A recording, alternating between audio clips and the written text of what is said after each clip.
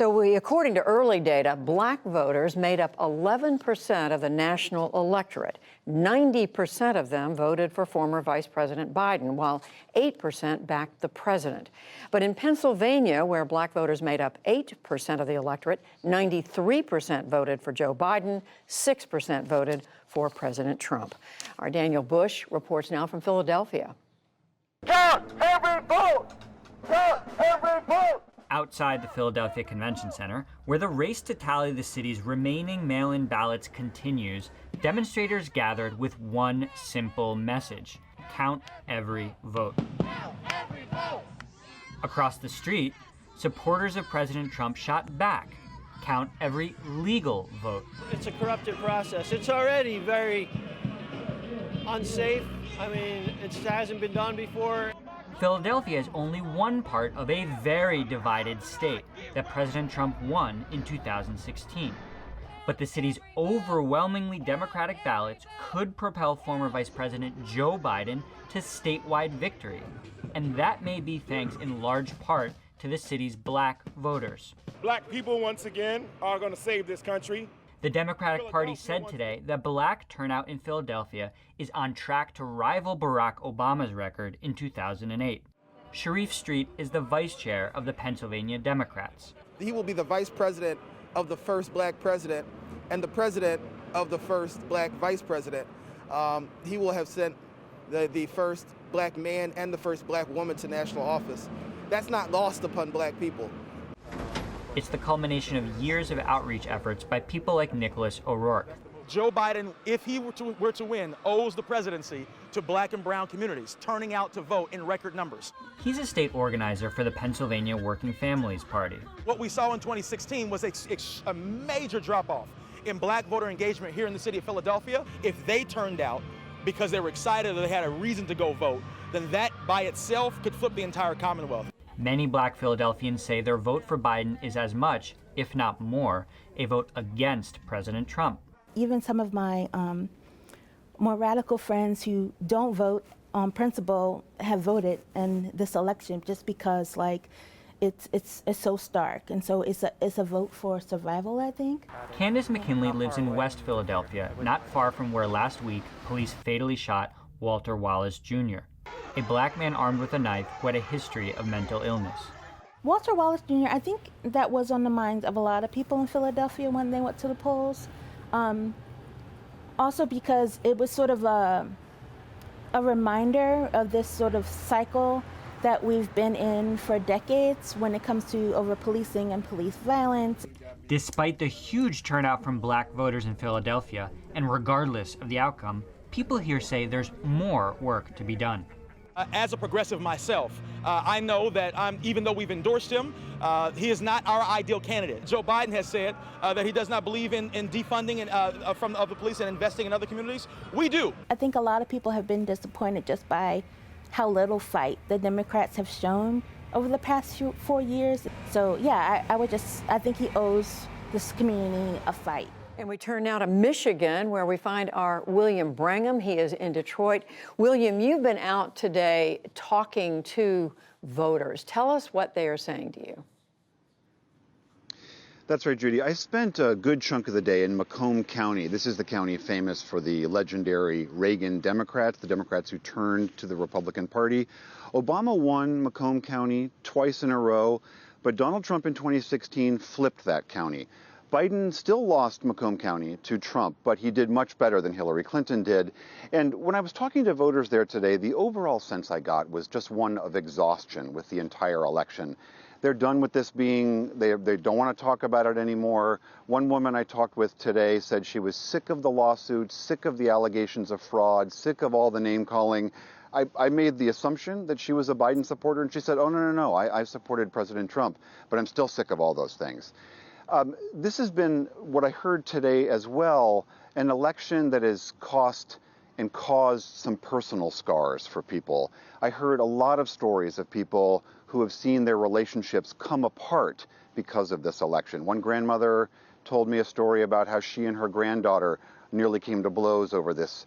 Heard about friendships lost. One couple I talked to who were both Biden supporters, the husband in that family, he's a retired mechanic. He said he had lost 5 friends over their differences between President Trump and Joe Biden. So it's taken a toll emotionally in some way and personally for a lot of voters. And no doubt across the country as well. So, William, yesterday you were at protests at places where they were counting votes. There had been has been a lawsuit filed by the Trump campaign to stop the counting. Tell us where all that stands right now. That's right. If you remember from last night, there were really strong protests of people trying to stop. This was outside the Detroit location where they were counting mail-in ballots. Protesters were out there saying, "Stop the fraud, stop this count." The count continued. That office closed up. We went there this morning, and there was just a handful of protesters. So that sense of ardor has really died down. The Trump campaign, as you mentioned, did file a lawsuit claiming that they had not been getting enough access to those counting sites, and they wanted better eyes on that process. Judge today threw that suit out, citing that there was no real evidence cited by the Trump campaign. It's important to remember Donald Trump campaigned here 6 times. He really wanted to win Michigan. He fought hard to be here. The very last campaign stop that Donald Trump made in the entire election was in Grand Rapids, Michigan. That's Kent County. This is the county that has gone several times in recent cycles, been pretty red. He left saying, if you don't vote for me and you don't turn out tomorrow, I may never come back to this area again. Joe Biden flipped Kent County, helped him win Michigan and its 16 electoral votes. So interesting. That was a big crowd the president drew, but it's a reminder that the size of the rallies don't always tell us what the vote is going to turn out to be. William Brangham reporting tonight from Detroit. Thank you so much. And as we've been reporting, President Trump's lead in Georgia has been cut to a narrow margin. And as of this hour, there are still more than 47,000 ballots from around the state that remain to be counted. Our Miles O'Brien joins us again tonight from Atlanta. So, Miles, tell us at this hour, where does the counting stand? Well, Judy, as you point out, that margin between Joe Biden and Donald Trump is diminishing as we speak. Only about 9,500 votes separate the two candidates at this juncture, with more than 4 million votes cast in Georgia. There's still some counting to be done, as you suggest. In the mid 40,000 range, mail-in and absentee ballots need to be scanned and tallied. Most of these ballots come from the pockets of blue in Georgia, the urban centers, which have voted very strongly in favor of Joe Biden. So if you do the mathematics on that, there's no question that margin between the two candidates will diminish. And depending on how you do the math, it could mean that Joe Biden would overtake Donald Trump, being the first Democrat to win Georgia since Bill Clinton did in 1992. Tomorrow is the deadline for processing military overseas ballots. There are less than 9,000 of those that could potentially come in between now and then. And then there are provisional ballots which need to be verified. We don't have statewide numbers on that. Here in Fulton County, there are about 3,000 of those. So we're watching the numbers. By tomorrow, we'll have more visibility on this, but they're moving deliberately here, Judy. So, but Miles, we know that Georgia was one of the states where they were able to start counting early, the ballots that came in early. Explain how then it's taking so long to count.